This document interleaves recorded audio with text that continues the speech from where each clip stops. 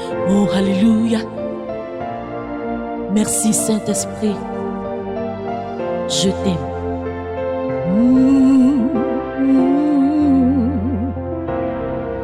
Un grand jour s'est levé. Dieu nous a visités. Voici. Saint et précieux nom de notre Seigneur Jésus-Christ, que je vous salue. Je salue tout le peuple de l'Afrique mondiale, en particulier les intercesseurs, ceux qui sont au poste de la prière.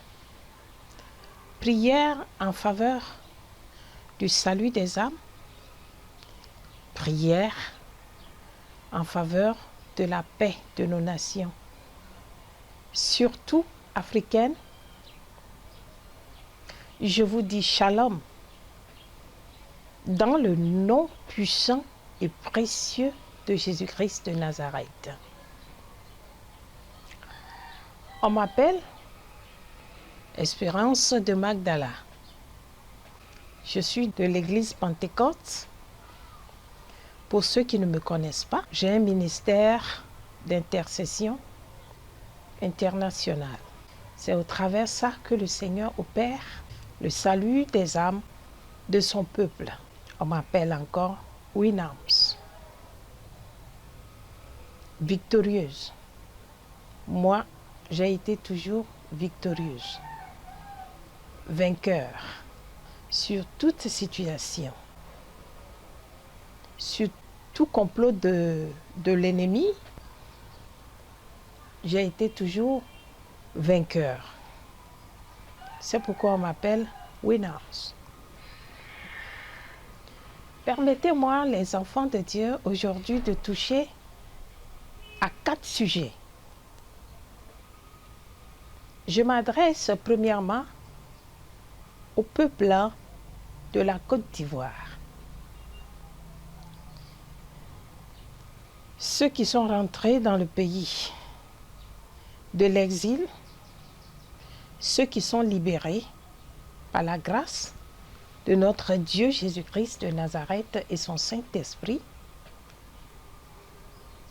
je m'adresse à vous, aux gouverneurs de nos nations africaines, les leaders politiques, qu'ils soient opposants ou loyalistes. Mes propos vont à votre endroit, respectueusement. Je suis un instrument pour le Seigneur, comme tout autre instrument. Si je veux citer, nous allons voir l'histoire des prophètes dans la Bible, tels que Ézéchiel, Habakkuk, Déborah, Jérémie, Ésaïe, Élie, Élisée et ses compagnons. Tous ceux-là sont des prophètes sentinelles. Ceux que Dieu utilise comme la trompette pour annoncer les événements, les avertissements à l'endroit des autorités. Ce sont des prophètes sentinelles, ceux de la Côte d'Ivoire surtout, qui sont plongés dans une longue crise de guerre. Bientôt 20 ans. Je parle très souvent de cette crise de guerre de la Côte d'Ivoire. Je sais que ça dérange beaucoup de pasteurs, de serviteurs de Dieu, des apôtres de notre continent. Mes propos à l'égard du peuple les met mal à l'aise. Ils sont dérangés parce qu'ils ont la vérité en erreur. ils n'aiment pas tout ce qui vient de l'Esprit de Dieu. Ils se proclament serviteurs de Dieu, enfants de Dieu, mais il leur est difficile d'accepter ce qui vient de l'Esprit de Dieu. La plupart, ils ne sont pas tous concernés, mais la plupart renient les vérités de Dieu parce qu'ils ont la haine, la gangrène contre l'Esprit de Dieu et ses révélations ou ses visions. Moi, le Seigneur m'a appelé pas pour me faire admirer par les hommes. Il m'a appelé pour lui. Il m'a appelé à ce poste interpellatif. Pour lui, Dieu, ses intérêts. Il m'a appelé pour conduire son peuple à sa rencontre par le canal de la repentance. Car les Saintes Écritures nous regorgent que nul ne peut aller au Père sans passer par la repentance. Mieux dire, nous connaissons l'histoire de Jean-Baptiste. Je suis témoin de l'Esprit de Dieu. Je suis témoin de ce qu'il m'a fait vivre et réaliser dans une vision. Laissez-moi vous dire, les enfants de Dieu rebelles, qui déclarent par leurs lèvres que la femme là raconte trop l'histoire des visions et des songes. Or, la Bible que nous tenons en main, qui nous enseigne l'existence de l'Éternel Dieu et ses anges et les signes de Dieu, c'est par les témoignages des prophètes, des serviteurs de Dieu, dans la Bible, que nous sommes investis du côté de Dieu. Nous sommes instruits parce que les prophètes disent ce qu'ils vivent en esprit, ce qu'ils ont reçu. C'est par ça que nous sommes instruits, les enfants de Dieu. Donc, ceux qui tiennent des propos de persécution pour détourner l'entendement et le regard des autorités, des gouverneurs africaines, des chefs d'État, de tous mes propos que j'annonce chaque fois et de toutes les visions que je raconte chaque fois de l'Esprit de Dieu, ceux-là qui font ce genre de choses, ce sont les ennemis de la paix. Ce sont les ennemis qui empêchent le progrès de nos États, de nos nations africaines. Ce sont des ennemis de Dieu. Ce sont des adversaires qui se tiennent sur le chemin de bénédiction des enfants de Dieu pour les empêcher à entrer en possession de leur destinée en Afrique ici.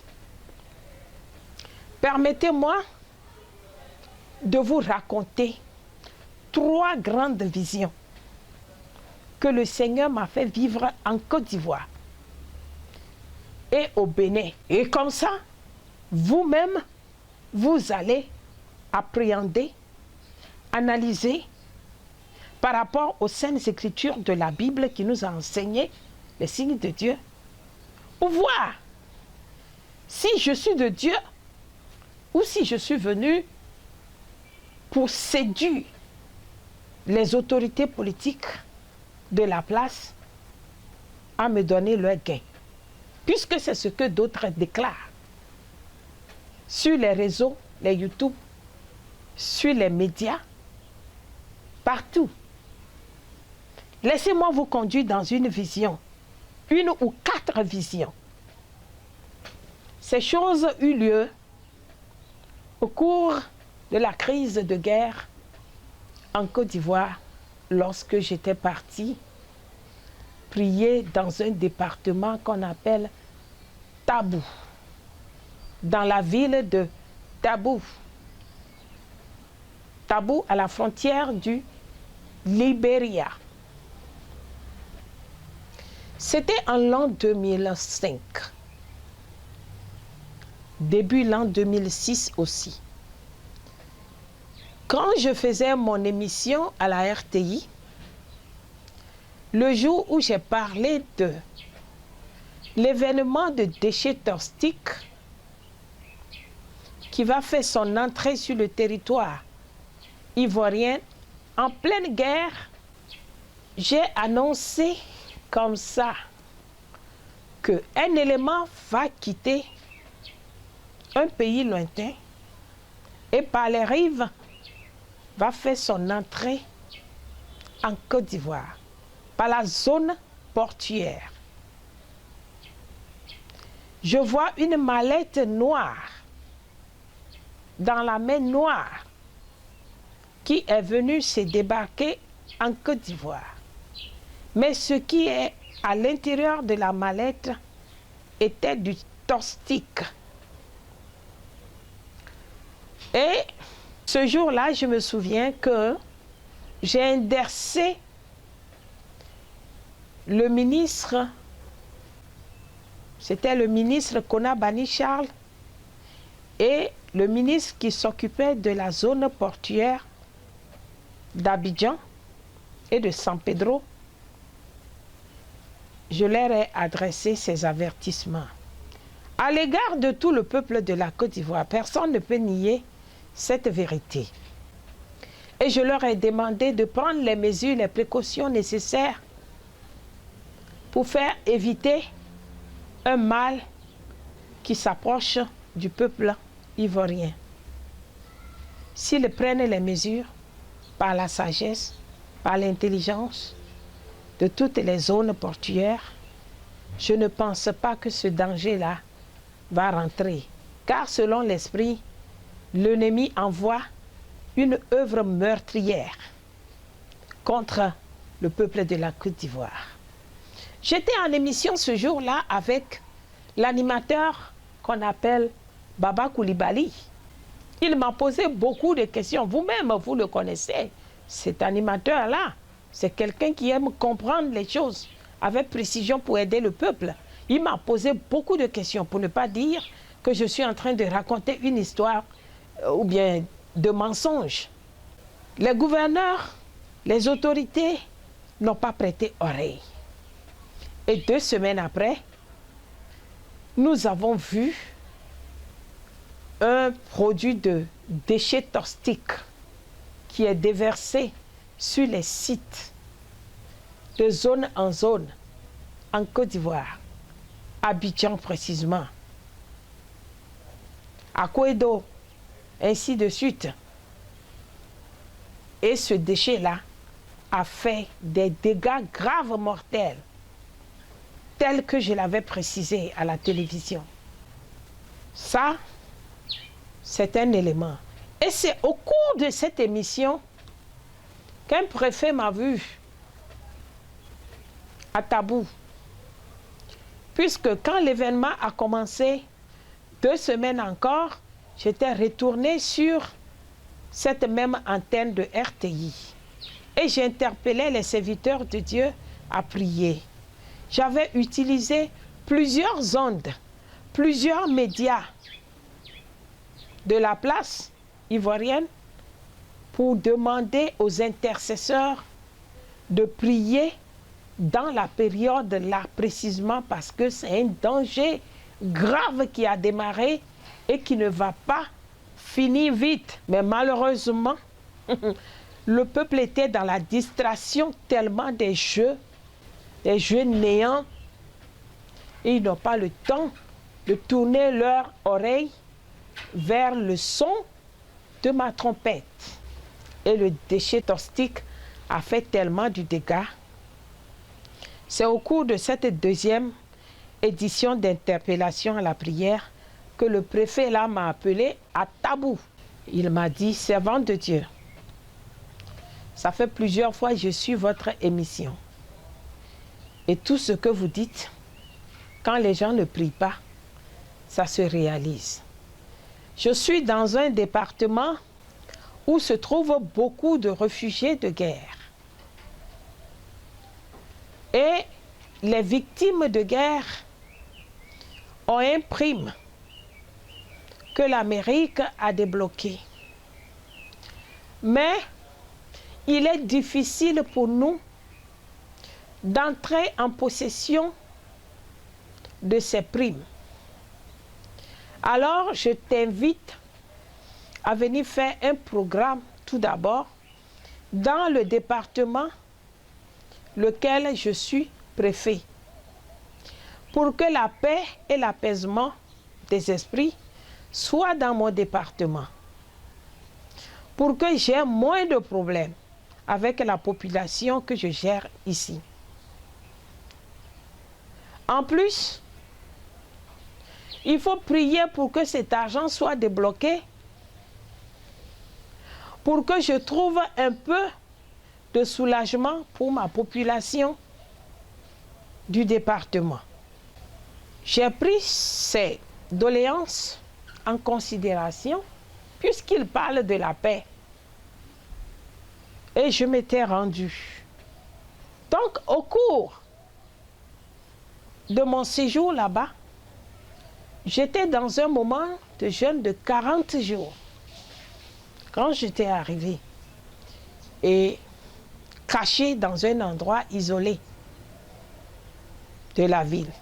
L'auberge dans lequel j'étais logée par ce préfet-là, c'est dans cet hôtel-là que le ministre Djedje, qui s'est chargé du dossier de la réconciliation en Côte d'Ivoire et des victimes de guerre, est arrivé à Teboula. Parce que l'argent est débloqué. C'était une somme, si je me rappelle bien, une somme de 29 milliards. Mais par la grâce du Seigneur, avant la fin même de mon moment de jeûne, déjà le 20e jour, la somme de 19 milliards est débloquée. Et le ministre Djedje l'a apporté lui-même. Donc l'hôtel, l'auberge dans lequel on m'a logé, c'est dans cette auberge-là que la réception a été organisée pour ce ministre. Danou Djedje était reçu au même endroit, même hôtel que moi, là où j'étais cachée en train de faire mon moment de jeûne et prière. Avant le programme, mais laissez-moi vous dire, les enfants de Dieu, quand on parle de la consécration pour les œuvres prophétiques, pour la révélation des programmes prophétiques, ça n'a rien à voir avec les programmes organisationnels de la chaîne. En ce jour-là, dont je fais cas, à ma grande surprise, j'ai constaté que les serviteurs de Dieu du département, ceux à qui le préfet a dit de s'unir à moi pour le programme, il leur a ordonné de prendre un moment de jeûne, ne serait-ce que 5 jours, pour être vraiment concentrés avant la date du programme de prière. Mais ils étaient presque tous là, à la table du ministre. Ils ont fait leur agapé avec le ministre, en présence du préfet. Je dirais même que c'est dans ma chambre que les secrétaires et les vice-secrétaires, ceux qui étaient venus pour faire la prestation, ont gardé leur clic et clac avant d'aller préparer la réception. Donc, j'avais pris une résolution ferme à ne pas sortir de ma chambre où j'étais, à ne rien participer, parce que j'étais concentrée pour le programme. Pour moi, relever le défi de guerre et de manque de finances les victimes de guerre était plus important pour moi que d'aller souper à la table du ministre Djidji Dano et de me présenter à lui. Je n'ai pas fait aucun signe de présence pour qu'il sache que Dieu a mandaté un prophète pour venir décanter la situation par la prière ou pour apaiser la situation de guerre qui se déroulait, qui menaçait. Non, j'étais dans le secret et j'ai fait mon travail.